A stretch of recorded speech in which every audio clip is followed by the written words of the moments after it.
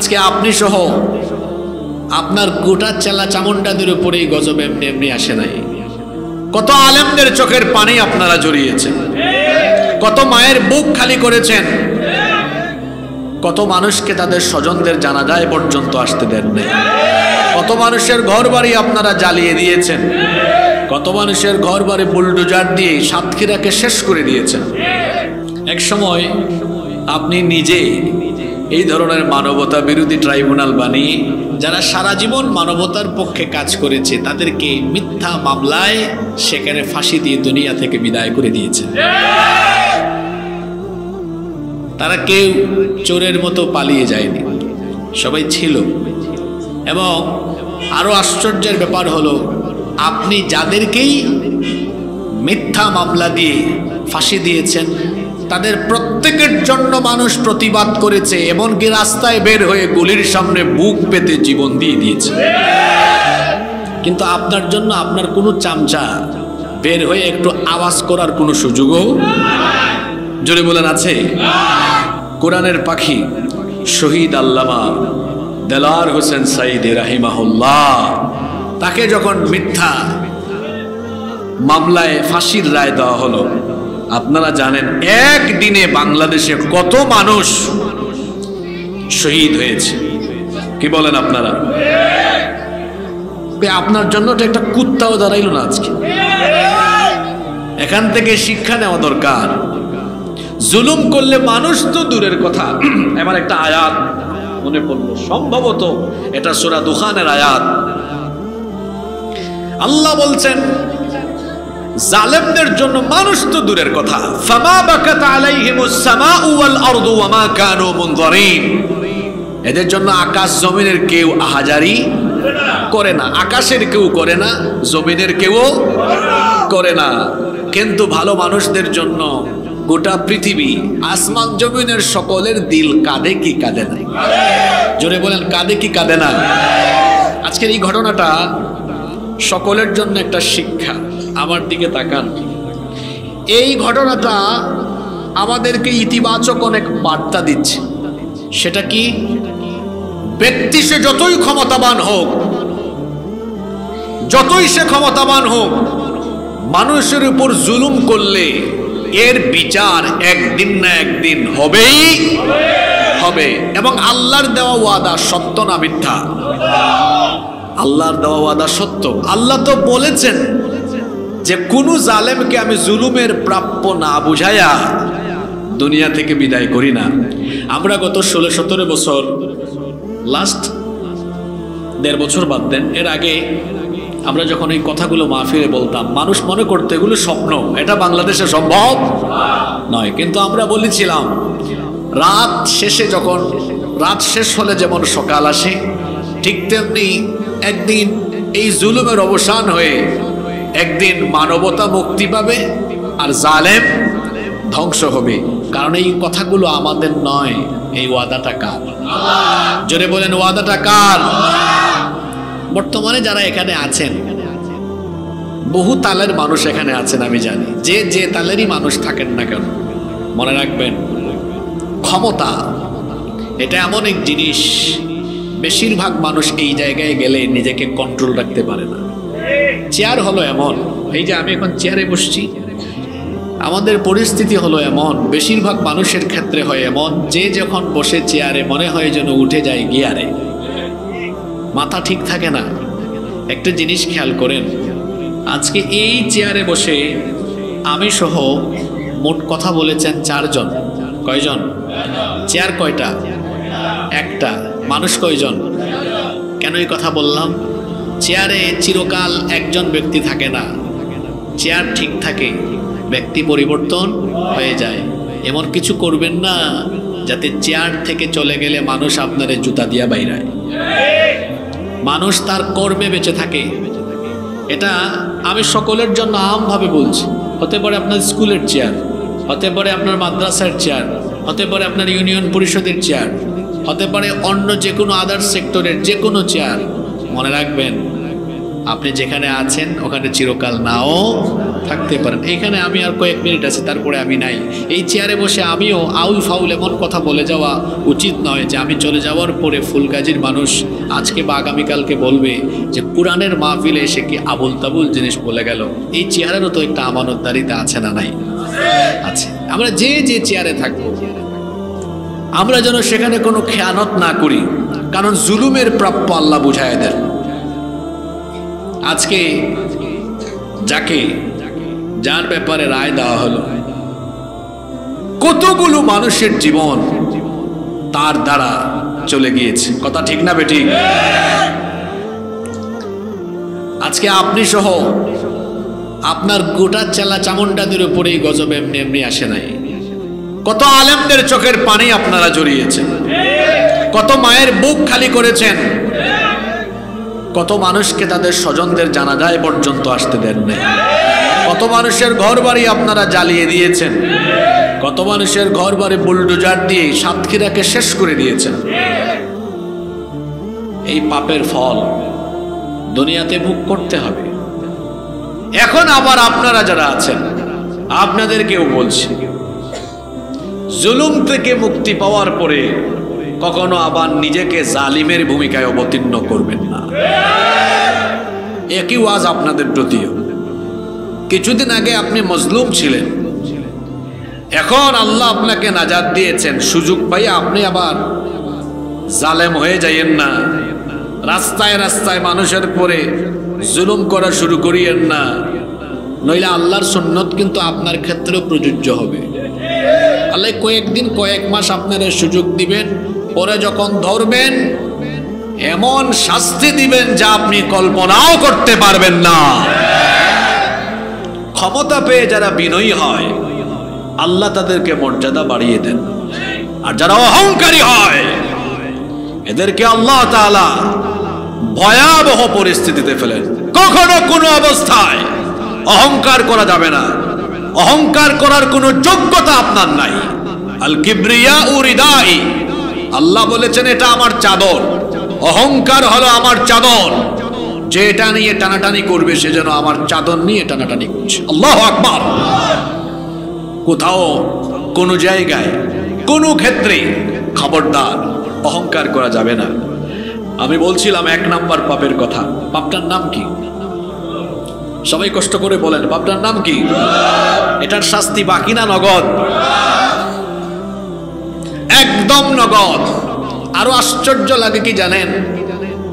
ভুল করে অনুতপ্ত হওয়া এটা মুমিনের স্বভাব, আর ভুল করে গাউরামি করা, গাউরামি মানে বুঝেন, ঘাড় তেরামি করা, এটা শয়তানের স্বভাব। আমাদের বাবা আদম আলাইহিস সালাম একটা ভুল করেছিলেন, ইবলিসও একটা ভুল করেছিল।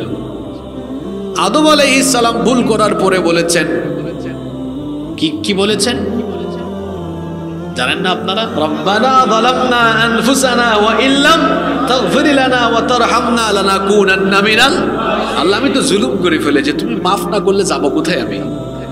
কি সুন্দর বিনয়। আর ইবলিস ভুল করেছে, আল্লাহ বললেন কি রে তুই সাজদা দিলে না কেন? আমি কেন দিব, আমি কেন দেব, আমি এটা আমি সেটা, কথাগুলো কেন বললাম? এই যে এত ভুল করেছে, এত ভুল করার পরেও গাউরামি করে, আমি এটা আমি সেটা, ভুল করার পরেও যারা অনুতপ্ত হয় না এরা হচ্ছে শয়তানের আপন ভাই বোন। অনুশোচনা নেই, অনুতপ্ততা নেই। ভুল করে যে লজ্জিত হয় না, অনুতপ্ত হয় না, এ মানুষ না, এ অমানুষ। সম্মানিত উপস্থিতি, পৃথিবীতে জুলুম করে কেউ আজ পর্যন্ত চিরস্থায়ী হয় নাই, এটা আল্লাহর সুন্নত। পৃথিবীতে কেউ স্থায়ী হয় না, হোক না সে ফেরাউন কিংবা নমরুদ, কেউ ভবে চিরকাল রয় না, কেউ ভবে চিরকাল রয় না। চলে যায় সব ছেড়ে যেতে হয়, মৃত্যু মানে না কোনো পরিচয়, সব রাজা মহারাজা আর মহাবীর কাউকে সে অবকাশ দেয় না। পৃথিবীতে কেউ স্থায়ী হয় না, ফেরাউন শেষ তক ছিল না, মৃত্যু তাকেও ছেড়ে দিল না। থেকে গেছে তার সব স্মৃতিচিহ্ন, কেউ আজ তার কথা কয় না। পৃথিবীতে কেউ স্থায়ী হয় না। এই সেই পিরামিড দাঁড়িয়ে আকাশের দিকে মাথা বাড়িয়ে, ইতিহাস হয়ে আছে চিরকাল। ফেরাউন শুধু ভবে রয় না, পৃথিবীতে কেউ স্থায়ী হয় না। নীল নদ আজও আছে থাকবে, সত্যকে চিরদিন ডাকবে। ডেকে ডেকে বলে যাবে দিন রাত, কেউ যেন ফেরাউন হয় না। পৃথিবীতে কেউ স্থায়ী হয় না, হোক না সে ফেরাউন কিবা নমরুদ, কেউ ভবে চিরকাল রয় না, কেউ ভবে চিরকাল। এই ওয়াজ সকলের জন্য করে যাচ্ছি। কি এমন হলো, কি এমন হলো যে নতুন করে এই বাংলাদেশে আমরা মাঝে মাঝে আলেমদেরকে ধর্ম ব্যবসায়ী বলতে শুনি? কি আপনারা শোনেন না বোধ হয়? অতীত থেকে শিক্ষা নিয়ে নিজেরা ভালো হন, নইলে আজকে যে নসিহত গুলো করে যাচ্ছি এগুলো আবার সময় মতো আবার আপনার উপরে আল্লাহর তরফ থেকে গজব হয়ে আসবে। কাদেরকে আপনি ধর্ম ব্যবসায়ী বলেন? আয়নায় নিজের চেহারা দেখেন। বলেন কোন আলেমকে 10 কোটি টাকা দিয়ে, অথবা আপনি যদি বলেন আপনাকে এমপি বানাই দিব, আপনার জুব্বা টুপি খুলে শার্ট পরে হাঁটেন আর ক্লিন শেভ করেন, দাড়ি ফালায় দেন, কেউ এটা করবে? কিন্তু আলেমদেরকে যারা ধর্ম ব্যবসায়ী বলে, এদেরকে যদি বলেন ভোট কয়েক হাজার বাড়বে, শুধু শার্ট প্যান্ট ছাইড়া দিয়া আজকে থেকে সাদা পায়জামা পাঞ্জাবি পরিধান করেন, পড়বে কি পড়বে না? ভাই সাহেব সামনে ইলেকশন, হজটা করে এসে নামের আগে একটু হাজিটা লাগান, দেখবেন কামটা কি হয়। উপস্থাপনা কেমনে করি দেখবেন। করবে কি করবে না? ভাই সাহেব ইলেকশন সামনে, টুপি টাপি মাথা থেকে খুইলেন না, নামাজটাও দয়া করে ছাইরেন না। ভোটের আশায়, ক্ষমতার নেশায় অনেকে এরকম সিজনে নামাজি হয় কি হয় না? তখন 5 ওয়াক্ত না, ক্ষেত্র বিশেষে 7-8 ওয়াক্ত হয়। আপনারা দেখবেন সাধারণত গ্রামে গঞ্জে নামাজ একটু আগে হয়, কেন্দ্রীয় মসজিদে বা বাজারে একটু লেটে হয়। এক ক্যান্ডিডেট এসেছিল গ্রামে, তার গণসংযোগী, ওখানে এসার নামাজের আজান আগে হয়, নামাজ পড়ে ফেলেছে। পৌরসভায় ঢুকছে, নামাজ শেষে গিয়ে দেখে ওখানে এখনো একামত হয়। তো তার এক সাঙ্গ পাঙ্গ বলতেছে, লিডার এখানে তো দেখি এখনো একামত দেয়। চুপ, ওযু করো, নামাজে ঢুকো। একটু আগে না পড়লেন? চুপ থাক, এটা ইলেকশনের টাইম, যতবার সুযোগ পাবি ততবার নামাজ পড়বি। আপনাদেরকে হাসানোর জন্য কথা এগুলো বলি নাই, আমাদেরকে বলতে বাধ্য করবেন না। আলেমদেরকে এইসব কথাবার্তা বলা বন্ধ করেন। অতীতের স্বৈরাচারেরা যে কায়দায় কথা বলতো সেই ভাষায় কথা বলবেন না। আমাদেরকে রাফ এন্ড টাফ করে কথা বলতে বাধ্য করবেন না। আয়নায় নিজেদের চেহারা দেখুন। এদেশের কোনো আলেমরা কখনো ভোটের আশায়, ক্ষমতার নেশায় লেবাস বা সুরত পাল্টাননি, বরং আপনারা আমাদেরকে যারা ধর্ম ব্যবসায়ী বলেন, আপনারাই ভোটের আশায়, ক্ষমতার নেশায় কখনো মাথায় হিজাব পরেন, কখনো বা শার্ট খুলে পাঞ্জাবি পরেন, কখনো মাথায় টুপি দেন, কখনো সিজনাল নামাজি হন। সুতরাং মুখে লাগাম দিয়ে কথা বলেন। আলেমরা ধর্ম ব্যবসায়ী নয়, বরং সিজনে সিজনে যারা সুরত পাল্টায় তারাই প্রকৃত ধর্ম ব্যবসায়ী। সম্মানিত ভাইয়েরা, আমরা এই বাংলাদেশকে একটি সুন্দর ভ্রাতৃত্বের বন্ধনে আবদ্ধ একটি সুন্দর বাংলাদেশ দেখতে চাই। আমরা চাই কি চাই না? আমরা এই দেশে আর কোনো সংঘাত চাই না, এদেশে আর কোনো স্বৈরতন্ত্র জুলুমতন্ত্র আমরা আর কখনো দেখতে চাই না। আর এই ধরনের পরিস্থিতি বাংলাদেশে হবেও না, কারণ এই জেনারেশনের ছেলেপেলেরা যারা আছে, যারা এই জুলুমতন্ত্রের জন্য হাত বাড়ায় দিবে, আমি তো বিশ্বাস করি এই যুবক তরুণেরা সেই জুলুমের হাতকে ভেঙে টুকরা টুকরা করে দিবে। কষ্ট হচ্ছে আপনাদের? এক নাম্বার বললাম, জুলুম এটা শাস্তি বাকি নয়। জোরে বলেন তো, শাস্তিটা কি? নাম্বার 2 নাম্বার, আপনি যদি কোনো মুসলমানকে অপমান করেন, এটার শাস্তিও বাকি নয়। এটার শাস্তি কি? কোন মুসলমানকে ইহানত করেন, অসম্মান করেন, কারো মান সম্মান নিয়ে যদি আপনি ছিনিমিনি খেলেন, আল্লাহ কিন্তু আপনারে ছাড়বে না। আপনি কাউকে বেজ্জত করার চেষ্টা করবেন, আল্লাহ আপনাকে বেজ্জত বানায় ছাড়বে।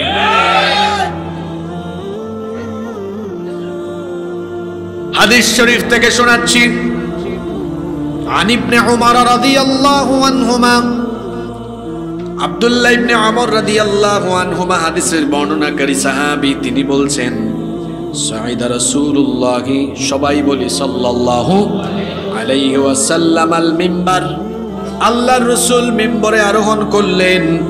ফানাদা বিসাউতির রাফি', এরপরে আল্লাহর রাসূল কণ্ঠটাকে বড় করে, গলার আওয়াজকে বড় করে একটা বক্তব্য রাখলেন। দেখবেন আমরা যারা বক্তৃতা করি মাঝে মাঝে নরম সুরে কথা বলি, কখনো আবার কণ্ঠটাকে খুব বড় করে ফেলি। এটা বক্তৃতার একটা আর্ট। আল্লাহর নবীও এমন করতেন। আল্লাহর নবীর বক্তৃতা কেমন ছিল? আল্লাহর নবী যখন কথা বলতেন হেসে হেসে কথা বলতেন। মোস্ট অফ টাইম, বেশিরভাগ সময়ে তিনি মুচকি হেসে হেসে অত্যন্ত সুন্দর সুন্দর শব্দ চয়ন করে মার্জিত ভাষায় নরম করে করে কথা বলতেন। কখনো কখনো আবার এত বেশি রাগান্বিত হতেন চেহারাটা লাল হয়ে যেত। কখনো কখনো এক কথা একবার নয় 3 বার বলতেন। গুরুত্বপূর্ণ কথা তিনি কয়বার বলতেন? এটা হলো নবীজির বক্তৃতার আর্ট। কিভাবে নবীজি বক্তৃতা করতেন? কখনো কখনো আবার নবীজি গলার আওয়াজকে বড় করে বক্তব্য রাখতেন। এই যে হাদিসে যে কথাগুলো এসেছে, বর্ণনাকারী রাবি, বর্ণনাকারী সাহাবী বলছেন, এই কথাগুলো বলার সময় আল্লাহর নবীর কণ্ঠ, গলার আওয়াজ বড় করেছিলেন। এরপরে তিনি বলেছিলেন, ইয়া মা'শারা মান ক্বাদ আসলামা বিলিসানিহি ওয়া লাম ইফদিল ঈমানু ইলা কলবিহি, হে ওই সকল ব্যক্তিরা, তোমরা যারা মুখ দিয়ে ঈমানের ঘোষণা দিয়েছো কিন্তু যাদের অন্তরে ঈমান এখনো বদ্ধমূল হয়নি, তোমরা শোনো, লা তুকতুল মুসলিমিনা ওয়া লা তুগাইয়িরুহুম, কোন মুসলমানকে কষ্ট দিও না, কাউকে আঘাত করো না। ওয়ালা তাত্তাবিউ আওরাতিহিম, কোন মানুষের ছিদ্রান্বেষণ করো না, কারো গোপন বিষয় তালাশ করা আরম্ভ করে দিও না। ফাইন্নাহু মান তাত্তাবা আওরাতা আখিহিল মুসলিম তাত্তাবা আল্লাহু আওরাতাহু, কারণ আল্লাহর নবী বলেছেন, যে ব্যক্তি তার কোনো মুসলমান ভাইয়ের দোষ ত্রুটি তালাশ করা আরম্ভ করেন, স্বয়ং আল্লাহ তখন ওই ব্যক্তির দোষ ত্রুটি বের করে দেওয়া, প্রকাশ করে দেওয়া আরম্ভ করেন। আর বলেন তো, আল্লাহ যখন কারো দোষ ত্রুটি প্রকাশ করে দিবেন, তার কি কোনো ইজ্জত থাকবে নাকি? দেখেন না, আমার দেশে ভাতের হোটেলের এক মালিক ছিল, নাটক সাজায়া সাজায়া বহু আলেমকে সে অপমান করেছে। পরে আল্লাহ তারে এমন বেজ্জত করেছেন, তার সব কিছু একেবারে ইন্টারনেটে ফাঁস হয়ে গিয়েছে। একেবারে হাদিসটা আপনাদেরকে মিলায়া দিলাম। আপনি কেউরে বেজ্জত করবেন, আল্লাহ আপনারে তার চেয়ে ভয়াবহ কায়দায় বেজ্জত বানাবে।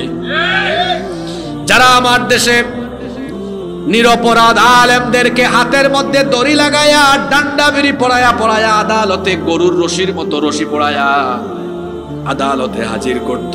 আল্লাহ এই কায়দায় নয়, এদেরকে আরো ভয়াবহ কায়দায় বেজ্জত করালেন। এখন দেখা গিয়েছে তাদেরকে শুধু রশি দিয়া নয়, এমন ভাবে বেঁধে তোলা হয়, মানুষ তখন পাইলে এদের প্রতি সিম্পিতি দেখায় না। আপনাদের মনে আছে কোনো আলেমরা জেলখানায় তাদেরকে তোলা হলে, আদালতে তোলা হলে আপনারা টেলিভিশনে দেখলে আপনাদের খারাপ লাগতো কি লাগতো না? আদালত চত্বরে যারা দেখতো খারাপ লাগতো, বহু মা বোনরা রোজা রাখতো কিনা? অনেকে কেঁদে ফেলতো, কষ্ট পেত, আহারে এত বড় একজন আলেমকে কষ্ট দিচ্ছে। আলেমদের অবস্থা দেখলে মানুষের হৃদয়ে কাঁদতো, মন কাঁদতো, মানুষ দোয়া করত। যারা আলেমদেরকে এই অবস্থা করলো, এখন তারা যখন হাজির হলো, মানুষ তো সিম্পিতি দেখায় না, কাঁদেও না, দোয়াও করে না। সামনে যদি পায় হয় জুতা মারে, নইলে পচা ডিম মারে। এই হাদিসটা মিলিয়ে দিয়ে দিলাম আপনারে। আপনি কাউরে বেজ্জত করবেন, আপনাকে বেজ্জত করার দায়িত্ব জেনে নেবেন তিনি কে? আল্লামা সাঈদী মানবতা বিরোধী ছিলেন না। আপনি যাদেরকে মানবতা বিরোধী বানিয়েছেন, কেউ মানবতা বিরোধী ছিলেন না। এখন আল্লাহ আপনারে এমন বেজ্জত বানিয়েছেন, গোটা পৃথিবীর কাছে আল্লাহ আপনাকে মানবতা বিরোধী, গণহত্যাকারী, এক শয়তান, ডাইনি হিসেবে পরিচয় করিয়ে দিয়েছেন। আপনি কাউকে অপমান করবেন, আপনাকে অপমান করার দায়িত্ব স্বয়ং যিনি গ্রহণ করবেন তিনি কে? ঠিক তো, খুব জোরে সুরে কইলেন, এই ওয়াজ আপনার গায়ের উপরেও পড়বে। আমরাও তো অনেকে আছি হুদাই মানুষের দোষ তালাশ করি। বিশেষ করে আমাদের দেশে, আমাদের গ্রামগুলোতে পার্লামেন্ট আছে দুইটা, প্রতি গ্রামে দুইটা পার্লামেন্ট। প্রতি গ্রামে কয়টা পার্লামেন্ট? বলবেন হুজুর আপনি এত পার্লামেন্ট পাইলেন কোথায়? আমি গ্রামের ছেলে, তো আমার জন্ম গ্রামে, আমার বেড়ে ওঠা গ্রামে, আমি এগুলো দেখে দেখে বড় হয়েছি। ভিলেজ পলিটিক্স নামে একটা আলাদা বিষয় আছে না? শহরে যারা আপনারা থাকেন, অনেকে তো এখানে শহরে থাকেন, ঢাকায়, চিটাগং, ফেনীতে, শহরে মানুষ অনেক ব্যস্ত থাকে, এসব পলিটিক্সের কোনো সময়। কিন্তু ভিলেজ পলিটিক্স মারাত্মক, এটা খুবই মারাত্মক। এটা তো পার্লামেন্টগুলো কোন কোন জায়গায় আছে একটু দেখায় দেই। বেশ কিছু এলাকায় দেখবেন মসজিদের সামনে বৈঠকখানা আছে, ওখানে বসে বসে ইমাম মুয়াজ্জিন সাহেব কি করলেন, আর এলাকায় কোথায় কি হয় নামাজে ঢোকার আগে এবং পরে, সেখানে কিছু সাংসদরা বসে বসে এগুলো বয়ান করে। আরেকটা পার্লামেন্ট আছে আমাদের গ্রামে, আরেকটা হলো আপনারা জানেন সেটা কিসের দোকান? বলেন কিসের দোকান? ওখানে শুধু চায়ের কাপে চিনির লাড়া, চায়ের কাপে কিসের লাড়া? চিনির লাড়া দেয়। ওখানে দোকানদার স্পিকার, আর চাকুররা হলো সাংসদ। চাকুররা কি? আমার কথা বেজার হচ্ছেন আপনারা? ওই চা পান করে আর কোথায় কি হলো এটা বলতে থাকে। তো সংসদে তো উচ্চ কক্ষ একটা আছে, নিম্ন কক্ষ আর একটা আছে। তো পুরুষ মানুষ আপনারা না হয় দুইটা পার্লামেন্টের জায়গা গ্রামে দখল করছেন, নারীদেরও আরেকটা পার্লামেন্ট আছে। ওইটা বলবো?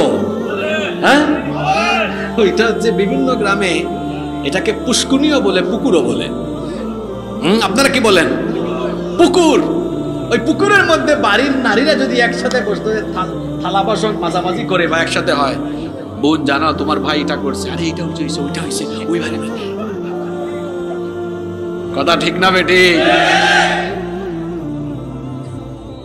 অন্যের দোষ ত্রুটি খুঁজতে নিষেধ করেছেন মুহাম্মদ। আমরা বলি সাল্লাল্লাহু। এটা খুব ভয়াবহ কাজ, জঘন্য কাজ। এটা কোনো মানুষের প্রাইভেসি, গোপনীয়তাকে নষ্ট করার চেষ্টা করবেন না। একজন মানুষ তার গোপন বিষয়কে তালাশ করবেন না, তার ফোনটা আপনি নিয়ে ঘাটাঘাটি করা শুরু করেন না। কাউকে অপমান করার চেষ্টা করবেন না। কারো মধ্যে কোনো দোষ ত্রুটি দেখলে সেটা সকলের সামনে বলে তারে অপমান কইরেন না। আমাদের মধ্যে এই স্বভাব, আপনাদের চাইতে হুজুরদের মধ্যে এই স্বভাব অনেক বেশি। কি আর ওয়াজ করতাম আপনাদেরকে বলেন? সমস্যা তো আমাদের নিজেদের মধ্যে। আমাদের দেশে অনেক হুজুর আছে 1 ঘন্টা কোরআন হাদিস থেকে ওয়াজ করবে, সেটা না করে কোন হুজুর কি বলছে এগুলা বলে সময় নষ্ট করে। আশ্চর্য কথাবার্তা। আমি ভাবছিলাম গত 17 বছরে হয়তো হুজুরদের তেল নামছে পিঠা সিটা খাইয়া, এটা দিকে আশ্চর্য ব্যাপার, আর তেল এখন জমে গেছে। এজন্য আমি গত কিছুদিন আগে সিলেটে মাহফিলে বলেছিলাম, আমার মনে হয় এই তেল কমানোর জন্য আরো কয়েকদিন পিঠা খাওয়ার দরকার ছিল। আপনি টুপি দিয়া ভাগ করেন, এটা কৌমি, এটা আলিয়া, এটা হেফাজত, এটা খেলাফত, এটা জমিয়ত, এটা জামাত, আপনি ভাগ করেন। আর ইসলাম বিরোধীরা যখন ধরে সবগুলারে ধরে একসাথে রাখ, একসাথে পিঠা, এক হতে পারলাম না। আমরা ভেবেছিলাম হয়তো এবার উলামারা প্রকাশ্যে ঐক্যবদ্ধ হয়ে জনগণের সামনে আসবেন। আমরা এই স্বপ্নটা লালন করি নিজেদের মধ্যে, কিন্তু এই স্বপ্ন সবসময় দুঃস্বপ্ন হয়ে যায়। গত পরশুদিন নাকি তার আগের দিন ঢাকায় সোহরাওয়ার্দী উদ্যানে একটা মহাসমাবেশ হল। কোন দিন হয়েছে এটা? পরশুদিন না? পরশুদিনই তো। আপনারা দেখছেন কিনা এটা? আপনারা কথা বলেন আমার সাথে, দেখছেন কিনা? তারা যে দাবিতে একমত হয়েছেন সেই দাবির সাথে আমি একমত, কিন্তু সিস্টেমের সাথে আমি 100% দ্বিমত। বুঝেন নাই কথা? দাবির সাথে সিস্টেমের সাথে দ্বিমত। কেন সিস্টেমের সাথে দ্বিমত? আমি দেখলাম আলেমরা তাদের গায়রত, তাদের ব্যক্তিত্ব ভুলে গিয়েছেন। আমার কথা কেউ আবার রাগ করেন কিনা, আমি চলে যাওয়ার পর সমালোচনা করেন কিনা, করলে তো করতেই পারেন, কিন্তু আমাকে এই কথাগুলো বলতে হবে, এটা কঠিন সত্য কথা। আমাদের আলেমরা গায়রত হারিয়ে ফেলেছেন। আমাদের আলেমরা এখন অনেকের কাছে যান, আমাদের উস্তাদরা, দাদা উস্তাদরা, আমাদের পূর্ববর্তী আলেমরা অনেক গায়রতওয়ালা ব্যক্তিত্ববান ছিলেন। তারা কারো কাছে যেতেন না, তারা বসে থাকতেন, তাদের পায়ের কাছে এসে ধরনা দেওয়া লাগতো। ব্যক্তিত্ব ছুটে গিয়েছে। আপনি দেখবেন গ্রামে একজন ইমামও ও মেম্বার চেয়ারম্যানের পিছনে দৌড়ায়। আরে আপনি কেন দৌড়াবেন? আপনার পার্সোনালিটি, আপনার ব্যক্তিত্বকে ঠিক রাখেন, ও আপনার কাছে আসবে, আপনি তার কাছে যাওয়া লাগবে না। গায়রত হারিয়ে ফেলেছেন। বলছে কি আমি জানাইলাম, আপনি একটু বলেন না আমাদের সামনে, সুযোগ পাইলে এটা করবেন। বুঝতেছেন তো? কোরআন শরীফ তো আপনারাও পড়েন, আমরাও পড়ি। সৎ কাজ আর অসৎ কাজের ব্যাপারে ইসলামে অনুরোধ করতে বলা হয়েছে না আদেশ করতে বলা হয়েছে? কথা বলেন।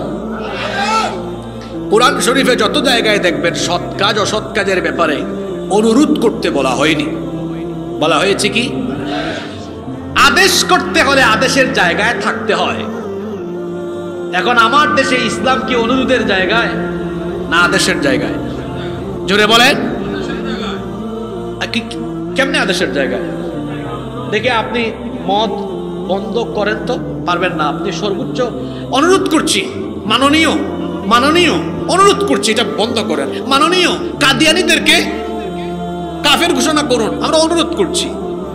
আমরা স্বপ্ন দেখি আলেমরা সবাই মিলে সোহরাওয়ার্দী উদ্যানে সমাবেশ করে, তারা মাননীয় আপনি কাফির ঘোষণা করুন, করতে হবে, এইরকম কথা বলবেন না। আমরা তরুণেরা আমরা স্বপ্ন দেখি, আমি ব্যক্তিগতভাবে স্বপ্ন দেখি আলেমেরা সোহরাওয়ার্দীতে একত্রিত হয়ে বলবেন আমরা চাই এই দেশের সকল ক্ষমতা দায়িত্ব আমরা গ্রহণ করে এই দেশে কাদিয়ানীদেরকে আমরা কাফির ঘোষণার আইন পাশ করব, সব অসৎ কাজ আইন পাশ করে বন্ধ করব, ভালো কাজ আইন পাশ করে আমরা জারি করব। কথা হওয়া দরকার কেমন আর বলে কেমন? আমি জানি আমার কথা আপনারা কেউ বেজার হইতে পারে, এটাই না কথা। আমি আপনাকে নবুয়তি তরিকা বলছি। আল্লাহর রসুল 10 বছর রাষ্ট্র পরিচালনায় ইসলামকে নিয়ে আদেশ করে করে সৎ কাজ জারি রেখেছেন, অসৎ কাজ কি করে দিয়েছেন? আচ্ছা বলেন তো, গত পরশুদিন যদি সব আলেমরা বলতেন 54 বছর হয়েছে এই দেশে বহু দল বহু ব্যক্তি ক্ষমতায় এসেছেন গিয়েছেন, এদেশে মুসলমান কত শতাংশ? জোরে বলেন। 90। তো 90% মুসলমানের দেশে কাদিয়ানীদেরকে কাফের ঘোষণা করার জন্য কি দাবি করা লাগে? তারপরে এটা হচ্ছে না কেন? এটা হয় না কেন? এটা হয় না কেন? এটা আমাদের কারণে হয় না, কারণ আমরা নিজেদেরকে ওই জায়গায় নিয়ে যেতে পারিনি। আল্লাহর নবী 10 বছর কোরআনকে রাষ্ট্র ব্যবস্থার সর্বোচ্চ জায়গায় নিয়ে মদিনার রাষ্ট্রকে আল্লাহর কোরআন দিয়ে শাসন করেছেন। এই দেশের আলেমরা, তাদের বলা উচিত ছিল যে আমরা সবাই ঐক্যবদ্ধ হয়েছি, আমরা আল্লাহর দ্বীনের আলোকে, কোরআনের আলোকে এই দেশকে পরিচালনা করতে চাই। এটা বলে না, অনুরোধ করে আপনারা চিরকাল অনুরোধের জায়গায় থাকবেন আর হাত দুইটা পেতে দাঁড়ায় থাকবেন, কেউ কি দেয় না। আলেমদেরকে আমরা ওই জায়গা পার্লামেন্ট, সেক্রেটারিয়েট আর বঙ্গভবনে দেখতে চাই কি চাই না? বলবেন হুজুর ভালোই তো ওয়াজ করতেছিলেন, ওই জায়গায় গেলেন কেন? আপনি কি দেখেন না 54টা বছর ধরে আমার দেশ কত মজলুম? এদেশে কিসের অভাব? নেয়ামত আর সম্পদের অভাব নাই, এদেশে ভালো মানুষের অভাব। একটা গাড়ি, এই গাড়িতে প্যাসেঞ্জাররা সব মাতাল হয়ে গেছে, কিন্তু ড্রাইভার মাতাল হয় নাই। গাড়িটা রাস্তায় থাকবে কারণ ড্রাইভার তালে আছে। কিন্তু কোন গাড়ির ড্রাইভার যদি গাঁজা খায় আর প্যাসেঞ্জার কেউ যদি নাও খায়, ড্রাইভার খায়া ফেললে এই গাড়ি কি রাস্তায় না খালে পড়বে? কি বুঝাতে চাইলাম বুঝছেন? একটা গাড়ির জন্য প্যাসেঞ্জার নয়, ড্রাইভার বেশি গুরুত্বপূর্ণ। ড্রাইভার যখন যোগ্য থাকবে, গাড়ি তখন রাস্তায় থাকবে। একটা দেশের জন্য যোগ্য নেতৃত্ব দরকার। সেই নেতৃত্বে যখন অসৎ ব্যক্তি, দুর্নীতিগ্রস্ত, চোর ডাকাত, বাটপাট প্রকৃতির লোকেরা থাকে, তখন আর ওই জাতি কখনো সমৃদ্ধির পথে থাকে না, ওই গাড়ির মতো খাদে পড়ে যায়, ধ্বংসের কিনারে পড়ে যায়। এজন্য বলেছি এই দেশের মূল সমস্যা যেখানে, সেখানে হাত দিতে হবে। আমার দেশে কৃষকরা ন্যায্য মূল্য পায় না, শ্রমিকরা তার অধিকার পায় না। জায়গায় জায়গায় সিন্ডিকেট, একটা রাস্তা একবার করা হয়, 1 বছর যায় না, ভেঙে যায়। জায়গায় জায়গায় দুর্নীতি, রন্ধ্রে রন্ধ্রে সমস্যা। এটার সমাধান হলো একমাত্র সৎ, যোগ্য আর চরিত্রবান ব্যক্তিদের নেতৃত্ব। সম্মানিত উপস্থিতি, আমি বলছিলাম কোন মুসলমানকে অপমানিত করলে তাকে অপমানের দায়িত্ব নেন কে? কেউ ভুল করতে পারে, সেটা সূত্রে দেন। এক মুমিন আরেক মুমিনের আয়না। এক মুমিন আরেক মুমিনের কি আয়নায় নিজের চেহারায় কোথায় কোন সমস্যা আছে দেখা যায় কি যায় না? কাপড় চোপড়ে সমস্যা থাকলে দেখা যায়। তো মুমিন মুমিনের আয়না হবে, ভুল ত্রুটি হলে তাকে শুধরে দিবে। হুজুরে কামড়া কামড়ি থাকলে তো অসুবিধা, বরং সব হুজুরদেরকে আমরা এক দেখতে চাই কি চাই না? আপনারা দেখতে চান কি চান না? আমরা এদেশের আলেমদেরকে এক প্ল্যাটফর্মে দেখতে চাই। আমরা কখনো কারো গোপন বিষয় তালাশ করে কাউকে আমরা লজ্জায় বা অপমানে ফেলবো না। কারণ হলো আল্লাহর নবী বলেছেন, যে ব্যক্তি তার কোনো মুসলমান ভাইয়ের দোষ ত্রুটি ওপেন করে দেয়, আল্লাহ ওই ব্যক্তির দোষ ত্রুটি ওপেন করে দেন। এর বিপরীতে আপনি যদি এই ভালো কাজটা করেন, কারো দোষ ত্রুটি দেখার পরেও যদি তাকে গোপনে সংশোধনী দেন আর তার দোষ ত্রুটি যদি গোপন রেখে দেন, আল্লাহর নবী বলেছেন, লা ইয়াসতুরু আবদুন আবদান ফিদ দুনিয়া ইল্লা সাতারাহুল্লাহু ইয়াউমাল কিয়ামাহ। মুসলিম শরীফের হাদিস। আল্লাহর নবী বলেছেন, যদি কোনো ব্যক্তি তার মুসলমান ভাইয়ের কোনো দোষ ত্রুটি গোপন রাখেন, আল্লাহ ওই ব্যক্তির দোষ ত্রুটি কিয়ামতের দিন গোপন রেখে আল্লাহ তাকে মাফ করে জান্নাত দিয়ে দিবে। এই যে আমার দিকে তাকান, মনে করেন আপনি আপনার একটা দুস্তুতি দেখছেন, মানুষকে বলেন নেই, গোপনে গিয়ে সংশোধন করে দিয়েছেন। কিয়ামতের দিন আল্লাহ বলবেন, মিস্টার অমুক এদিকে আসো, তোমারও এখানে অনেক দুস্তুতি আছে, অনেক ভুল ত্রুটি করছো, যাও গোপন রাখলাম, তোমাকে জান্নাত দিয়ে দিলাম। কারণ তোমার খাসলত বড় ভালো ছিল, দুনিয়াতে তুমি মানুষের দুষ্টুটি গোপন রাখতা, আজ আমি আল্লাহ তোমার দুষ্টুটি গোপন রেখে তোমাকে জান্নাত দিয়ে দিলাম। সুবহানাল্লাহ। কষ্ট হচ্ছে নাকি আপনাদের? 15-16 মিনিট থাকা যাবে না? মোনাজাত দিয়ে ফেলতাম। 1 নাম্বার বলেছি, জুলুমের শাস্তি বাকি না নগদ? 2, কাউকে অপমান করার শাস্তি বাকি না নগদ। 3 নাম্বার হুকুকুল ওয়ালিদাইন, পিতামাতার অবাধ্যতা। আব্বা আম্মাকে কষ্ট দেওয়া, পিতামাতার সাথে বেয়াদবি করা, বাবা মাকে কষ্ট দেওয়ার শাস্তি কিন্তু নগদ নয়, বাকি নয়। আব্বা আম্মাকে কষ্ট দেওয়ার শাস্তি কিন্তু বাকি নয়, একেবারে। জোরে বলেন একেবারে। অনেক যুবক তরুণ ছাত্র ভাইদেরকে আমি এখানে দেখতে পাচ্ছি। ও আমার ভাইয়েরা, খবরদার খবরদার, নিজের আব্বা আম্মাকে কখনো কষ্ট দিয়েন না। আল্লাহর নবী কি বলেছেন হাদিসটা ভালো করে শুনেন। আনাস রাদিয়াল্লাহু আনহু হাদিসটি বর্ণনা করেছেন।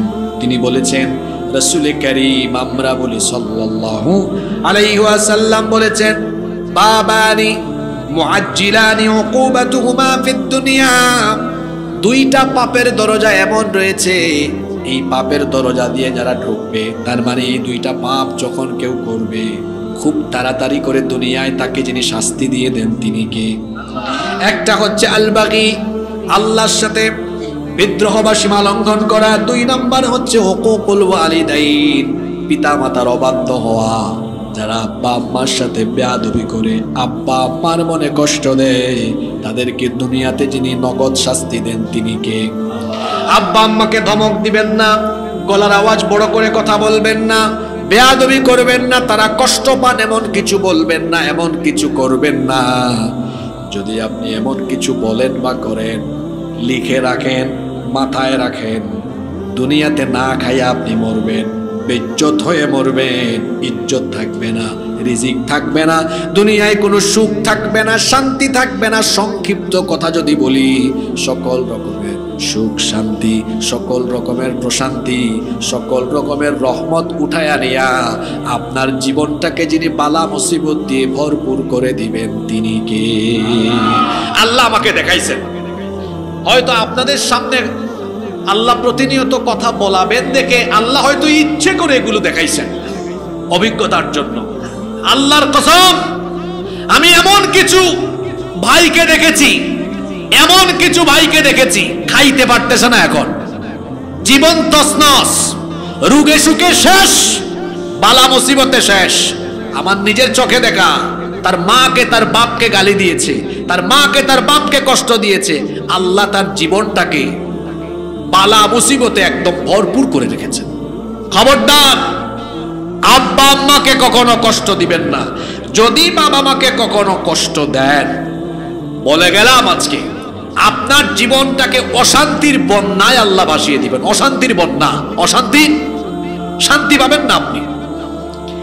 আর যদি বলেন হুজুর আমি দুনিয়ায় শান্তি চাই, দুনিয়ায় আমি সম্মান চাই, দুনিয়ায় আমি রিজিক চাই, তো আমি আপনাকে উত্তর দিব, দুনিয়ার সম্মান, রিজিক, আল্লাহর জান্নাত, কোনো কিছুর অভাব হবে না।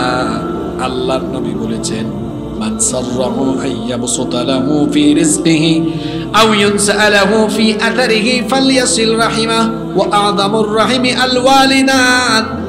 আল্লাহর নবী বলেছেন, যে ব্যক্তি তার রিজিক বাড়াতে চায়, যেই ব্যক্তি তার হায়াতের বরকত বাড়াতে চায়, এক কথায় যেই ব্যক্তি দুনিয়ার সুখ সমৃদ্ধি চায়, নবীজি বলেছেন তার উচিত হলো তার পিতা মাতাকে খুশি করা, তার আব্বা আম্মাকে খুশি করে, তাহলে তার জীবনটাকে সুখ শান্তি দিয়ে যিনি ভরে দিবেন তিনি কে?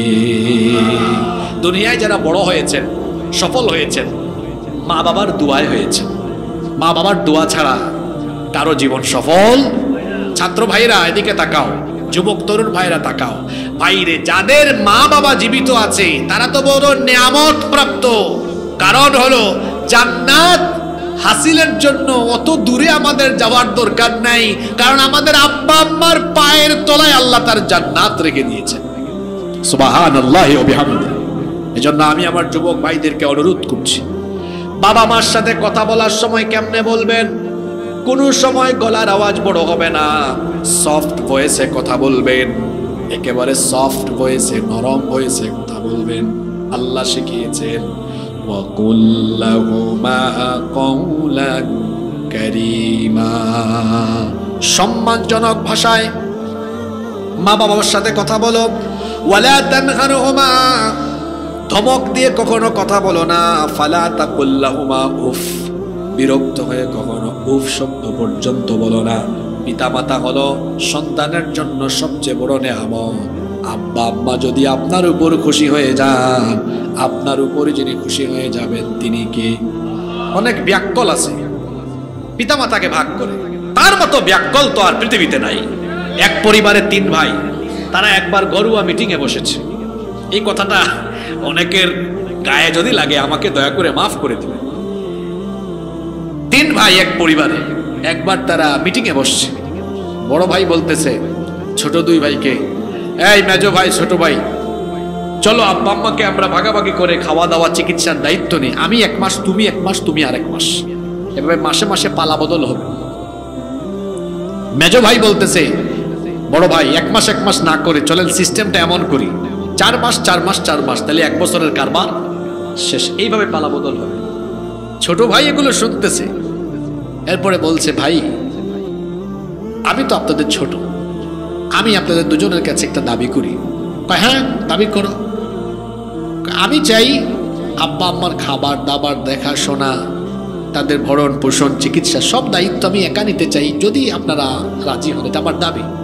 বড় 2 ভাই তো মনে মনে খুব খুশি। তুই আমাদের ছোট, বড় ভাইদের কাছে একটা দাবি করছিস, আমরা কি এটা ফালাই দিতে পারি? তোর দাবি আমরা পূরণ করলাম, আদর করে দাবিটা পূরণ করলাম, মেনে নিলাম। কি কায়দা করে উত্তর দিতে চিন্তা করছে। এই 3 ভাইয়ের কথা শুনছে আরেক চাচা, এই আঙ্কেল এসে বলতেছে ভাতিজা তুমি এত ব্যাককল কেন? তোমার বড় 2 ভাই দায়িত্ব নিতে চাইলো, তো 3 ভাই মিলে ভাগাভাগি করলে ভালো হইতো না? প্রত্যেকের খরচ হইতো। এখন তো তোমার একার খরচ হবে, তোমার 2 ভাইয়ের তো কোনো খরচ হবে না। এখন এই ছোট ছেলে বলতেছে চাচা আপনি বাপের সমান মানুষ, কিছু মনে করেন না, আপনার একটা ব্যাককল, আমার 2 ভাই তারাও 2টা ব্যাককল। চাচা বলতেছে কেন? আপনি হিসাব নিকাশ বুঝেন না তো। আপনি হিসাব নিকাশ বুঝলে এমন কথা বলতেন না। আমার আব্বা আম্মাকে আমি যদি খাওয়াই, চিকিৎসা করাই, তাদের ভরণ পোষণ, তাদের দেখাশোনা করি, আমার সম্পদ কোনোদিন কমবে না। আমি জানি আমার আব্বা আম্মার খেদমত করে তাদেরকে যদি শুধুমাত্র সন্তুষ্ট করে তাদের মুখ থেকে একটা মুচকি হাসি আমি বের করাতে পারি, আল্লাহ গোটা দুনিয়ার নেয়ামত আর রিজিককে আমার পায়ের তলায় ফেলাইয়া দিবেন। বুদ্ধিমানরা কখনো পিতামাতাকে ভাগ করে না, বুদ্ধিমানরা কোনোদিনও আব্বা আম্মাকে ভাগাভাগি করে না, বরং বুদ্ধিমানরা বলে আমি আমার বাপের, আমি আমার মায়ের 100 ভাগ দায়িত্ব গ্রহণ করলাম। ব্যাককল ছেলে, তুমি যখন ছোট ছিলে তোমার মা বাপ কি তোমাকে ভাগ করছে নাকি? আপনাকে ছোটবেলায় আপনার মা ঘুম পাড়াতো, বাবা ঘুম পাড়াতো। যুবক ভাইরা এদিকে তাকান, হ্যাঁ কয়দিন আপনি আপনার বুড়া বাপ চুলদারি পেকে গিয়েছে, একটু উনার রুমে গিয়ে মাথাটা টিপে দিয়ে হাত পা টিপায়া ঘুম পাড়াইছেন? কয়দিন করেছেন এটা আমাকে বলেন। আপনার বাবার লুঙ্গি ধুয়েছেন কয়দিন বলেন? আপনার মায়ের কাপড় ধুয়ে দিয়েছেন কয়দিন বলেন? কই আপনার কাপড় চোপড় তো আপনার মা ধুয়ে দিয়েছে, পায়খানা করেছেন, পেশাব করেছেন, আপনি তো এটা করলেন না। যত যুবক ভাইয়েরা এখানে আছেন, এই কথা আমি শুধু ফেনীতে নয়, সারা বাংলাদেশে এবং বাংলাদেশের বাইরে যেখানেই যাওয়ার সুযোগ পাই এই কথাটা আমি সবাইকেই বলি।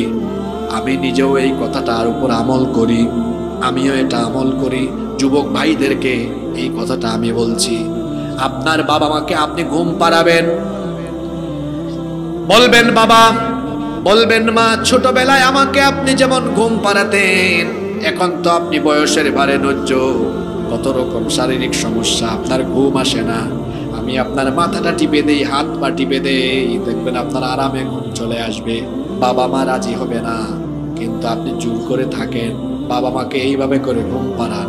ঘুমানোর সময় মনে মনে বলবে আল্লাহ আমার ছেলেটা আমাকে এত শান্তির ঘুম পাড়াচ্ছে, আমি তার উপর খুশি হয়ে গেলাম, দয়া করে তুমি তার উপরে দুনিয়া আখিরাতে খুশি হয়ে যেও। আর কিছু লাগে আপনার? বলেন আর কিছু লাগে? লাগে। প্রত্যেককে বলছি, যুবক ভাইদেরকে যাদের বাবা মা আছে ঘুম পাড়াবেন, হাত পা টিপে দিবেন, মাথা টিপে দিবেন। হাত পার মাথা কখন টিপবে? এই ছেলেগুলো তো এমন হয়েছে রাত 3টা 4টা পর্যন্ত এখন তারা মোবাইলে তাহাজ্জুদ করে। এগুলো বাদ দিয়ে আব্বা আম্মার খেদমত করো, বাবা মার থেকে দোয়া নাও। জীবনটা সফল হয়ে যাবে। বাবা মায়ের কাপড় চোপড় ধুয়ে দাও, মুখে তুলে খাওয়াও। মনে আছে কিনা ছোটবেলায় আপনার কত আবদার ছিল, বাবা বাজার থেকে আসার সময় আমার জন্য এই চকলেটটা আনবেন, এইটা আনবেন, ওইটা আনবেন। তা আপনার বাবা এখন বুড়া মানুষ, মা এখন বুড়ি মানুষ। আপনি ফেনী থেকে আসার সময়, চট্টগ্রাম থেকে ঢাকা থেকে আসার সময় আপনি আপনার বাবা মার জন্য আলাদা ব্যাগে কি আনেন নিজেকে জিজ্ঞেস করেন। বাসায় যখন ঢুকবেন সব সময় আব্বা আম্মার জন্য একটা আলাদা ব্যাগ রাখবেন, কাউরে দেখাবেন না। চুপি চুপি আব্বা আম্মার ঘরে ঢুকবেন। এই আমলটা করে দেখেন, এই আমলটা করে দেখেন কিভাবে বাবা মার মহব্বত পাওয়া যায়। আজকে ওয়াজ করে গেলাম, কালকে একটু এটা আমল করে দেখেন কি মহব্বতটা পাওয়া যায়, কি দোয়াটা পাওয়া যায়। ব্যাগটা নিয়ে ঢুকবেন, ঢুকার পরে বলবেন আব্বা আম্মা শোনেন, এটা যে আনছি এটা কিন্তু কেউ জানে না, এটা শুধু আপনার। এরপরে দরজা বন্ধ করে এটা দেন। কোনো খাবার আনলে বলেন আমি আপনার এটা খাওয়ায়া দেই, মুখে তুলে খাওয়ায়া দেন। একটু কমলা খাওয়ান, বাবা খাইতে পারে কিন্তু তাও বলেন আমি খাওয়ায়া দিই আপনারে। কমলাটা ছিলে ছিলে খাওয়ান, আপেল খাওয়ান, আঙ্গুর খাওয়ান, খাওয়ায়া দেখেন আপনার বাবা মা মনের ভেতর থেকে আপনাকে এমন দোয়া দিবে, দুনিয়া ইজ্জত সম্মান রিজিক কোনো কিছুর কমতি হবে না, দুনিয়া আখিরাতে আপনার নাজাতের ব্যবস্থা হয়ে যাবে। আর বাবা মাকে কষ্ট দিবেন, বলে গেলাম গোটা জীবন আপনার অশান্তিতে ভরপুর হয়ে যাবে। আমি আর 2টা পয়েন্ট বলবো, 8-10 মিনিট থাকতে পারবেন না আপনারা? নাম্বার 4, 4 নাম্বার যে পাপের শাস্তি নগদ, একদম নগদ। এখন যুবকদের ওয়াজ হবে। যুবকরা আছে না ঘুমাই গেছে? তারা বহুক্ষণ ধরে আছে যে হুজুর দিকে আমাদেরকে স্পেশাল কিছু বলে না। 4 নাম্বার জিনা। জিনা, জিনার শাস্তি বাকি না নগদ? টাটকা নগদ একেবারে। এই যে আমার হাতে একটা জিনিস আছে, জিনিসটার নাম কি? এটা এক ভয়াবহ শয়তানি উপাদান।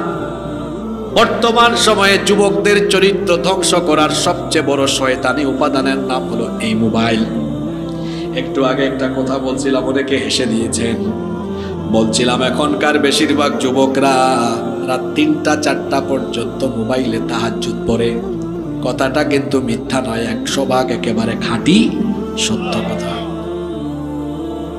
ওই দেখেন ওনার চেহারা, এই আমার সামনে যে 2জন বসছেন, মানে যাদের বয়স এখানে 50-এর উপরে, আপনারা তাদের চেহারার দিকে তাকান, নাদুস নুদুস। কেন জানেন? উনারা যখন ইয়াং ছিলেন রাত 2টা-3টা পর্যন্ত জেগে থাকার কোনো শয়তানি উপকরণ তাদের জামানায় ছিল না। তাদের জামানায় শয়তানি উপকরণ তারপরে টিভি না, আমি বলতেছি, আমাকে বলতেন TV, wifi, internet, mobile, smartphone. কি বাবারা আপনাদের জামানায় কিগুলো ছিল নাকি যখন আমাদের মতো ইয়াং ছিলেন? ছিল তো। বড় জোর কোনো মতে রাত 7টা বা 8টা শেষ, তারপর ঘুম। আর এখনকার ছেলে পেলেদের হাতে শয়তানি সব উপাদান আছে। শয়তান এসে খুঁচা মারে, আয় না একটু গুগল শরীফে ঢুকাইয়া তারপর পর্নো সাইটে নিয়ে যায়। আয় না একটু ইউটিউব শরীফে, ফেসবুক শরীফ, ইউটিউব শরীফ, গুগল শরীফে নিয়ে তারপরে দেখা গেল আবার ফেসবুকে হঠাৎ করে স্ক্রল করতে করতে পাইছে এক সুন্দরী জরিনার ফেসবুক প্রোফাইল, তারপর মেসেঞ্জারে গিয়া তারে খুঁচা মারে। কি খুঁচা মারো তুমি? হ্যাঁ, যুবক ভাইদেরকে বলছি, এটা দিয়ে ইডিটের জামানা, বুঝো না? বহু মানুষকে সোশ্যাল মিডিয়ায় দেখা সাদার সাদা, আর বাস্তবে দেখা যায় মনিটরের মতো কালা। আছে না নাই? তুমি যে ফেসবুকে বহু জরিনা সকিনাকে দেখো, এটা ওখানে আটা আর ময়দা, বাস্তবে গিয়ে দেখো ওইটা অন্যটা হইতে পারে। হুদাই সময় নষ্ট করো না। রাত 3টা-4টা পর্যন্ত জেগে থাকার ফলে পরিণতি কি হয়েছে বলবো? এক একটা চেহারা দেখেন না, আমার তো দয়া লাগে। ব্যাটারি ভিউজ, গালের 2 পাশের মাংস হাড্ডির চিপার ভিতরে ঢুকে গেছে। এমনে মনে হয় কি যে টানে আল্লাহ জানে। তোমার এই হালত কেন? তোমার শরীরের এই হালত কেন? তোমার গালের মাংস এগুলা কোথায় গেল? এটা হাড্ডির চিপার ভিতরে ঢুকে গেল কেন? তোমার বয়স হয়েছে 17, 18, 20 বছর, তোমার অর্ধেক চুল পেকে গেছে কেন? কি যেগুলা বলতেছে এগুলা সত্য না মিথ্যা? তোমার এই দশা কেন? এটার কারণ হলো তুমি রাত 2টা 3টা পর্যন্ত মোবাইল, ইন্টারনেট, ওয়াইফাই ব্যবহার করে তুমি জেনা ব্যভিচারের সাগরে নিজেকে ডুবিয়ে রেখে তুমি তোমার যৌবন নষ্ট করে তোমার ব্যাটারি ফিউজ করে দিয়েছো। কথাগুলো কাউকে আঘাত করার জন্য বলিনি, সংশোধন হওয়ার জন্য বলছি। আমার ভাইয়েরা, এভাবে নিজের যৌবনকে নষ্ট করবেন না। তারুণ্য, যৌবন, এটা হলো জীবনের এক অনন্য সম্পদ, এটাকে এভাবে নষ্ট করা যাবে না। আমি মোবাইল ইউজ করতে নিষেধ করছি না কাউকে, আমি এটার অপব্যবহার করতে নিষেধ করছি।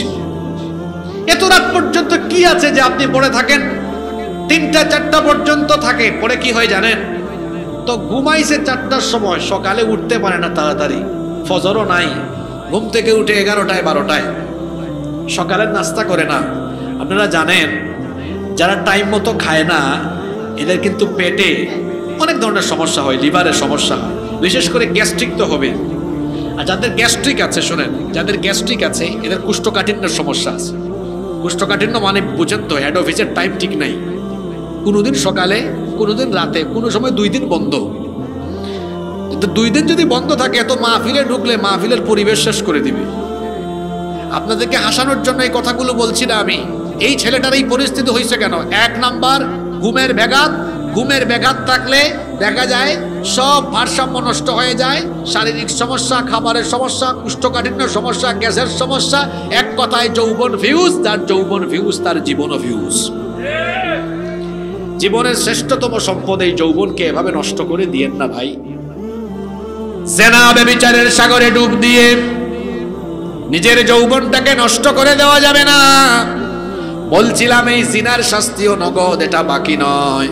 আল্লাহর নবী বলেছেন, ইদা জানার রাজুলু খালাজা মিনহুল ঈমান কানা আলাইহি কাদ্দুল্লাহ। এত চমৎকার হাদিস শোনেন, আল্লাহর নবী বলেছেন, যখন কোনো ব্যক্তি জেনা ব্যভিচারে মত্ত থাকে তার অন্তর থেকে ঈমান বের হয়ে যায় যেন আকাশের মেঘের টুকরার মতো। অর্থাৎ তার অন্তর থেকে ঈমানটা বের হয়ে ঈমানটা মাথার উপরে চলে যায়। সে যদি তওবা করে আবার তার ঈমানটাও অন্তরে আসে, যদি তওবা না করে ঈমান তার অন্তর থেকে বের হয়ে যায়, লোকটা বেঈমান হয়ে যায়। এবং লোকটা যখন বেঈমান হয়ে যায় তখন শয়তান তার সঙ্গী হয়ে যায়। তার মানে জেনা ব্যভিচারে যারা মত্ত থাকে এরা যার বন্ধু তার নাম কি? আরো আসতে বলেন, তার নাম কি? এখানে যুবকদেরকে আরেকটা কথা বলি। আজকের যুবকদেরকে এক শ্রেণীর মানুষ টার্গেট করে করে ইউজ করছে। কিভাবে? কিছু কিছু মানুষ আছে যারা তার নিজের ক্ষমতার স্বার্থে, তার নিজের প্রয়োজনে যুবকদেরকে টার্গেট করে তাদের পকেটে 1500 টাকা অথবা লোভনীয় প্রস্তাব দিয়ে তারপরে এদেরকে তার সামনে পিছনে নিয়ে চামচার মতো ব্যবহার করে। যুবক ভাইদেরকে বলছি, ইউ হ্যাভ টু পার্সোনালিটি, তোমার মধ্যে ব্যক্তিত্ব থাকা দরকার। বি এ প্রেস্টিজিয়াস পারসন, ব্যক্তিত্ববান মানুষ হন। আমার দিকে তাকান, আমিও তো একজন যুবক আপনার মতো। আমার তো কেউ আব্বা ডাকলেও তার সামনে পিছনে নিয়ে আমাকে চামচামি করাতে পারবে না। এই যে আমার শরীর থেকে ঘাম বেরোচ্ছে, এই ঘাম কোরআনের কথা বলে বেরোচ্ছে, এটা আল্লাহর জন্য, রসুলের জন্য আমি উৎসর্গ করতে রাজি আছি। কিন্তু আমার ঘাম, আমার শ্রম, আমার তারুণ্য, আমার যৌবন, আমার শক্তি, আমার সামর্থ্য, এটা কোনো নেতা নেত্রীর সামনে পিছনে চামচামি করার জন্য দেওয়া হয় নাই, বরং আমার ঘাম, আমার শ্রম, আমার তারুণ্য, আমার যৌবন, আমার গোটা জীবন দেওয়া হয়েছে আল্লাহর জমিনে আল্লাহর দ্বীন কায়েমের জন্য। এর বাইরে যাওয়ার কোনো সুযোগ। এজন্য যুবক ভাইদেরকে বলছি, চামচামি বাদ দাও। চামচামি বাদ দিয়ে নিজেকে তৈরি করো, আল্লাহর দ্বীনের রঙে নিজেকে রঙিন করো। দুনিয়ায়ও মুক্তি, আখিরাতেও মুক্তি ইনশাআল্লাহ। আপনাদের মনে বেশি কষ্ট হয়ে যাচ্ছে, কিন্তু যে ওয়াজগুলো হয়েছে আজকে সবগুলা বাস্তব না অবাস্তব? আসলে একটা রিভিশন মেরে দেই, যে পাপের শাস্তি বাকি না নগদ। 1, 2, 3,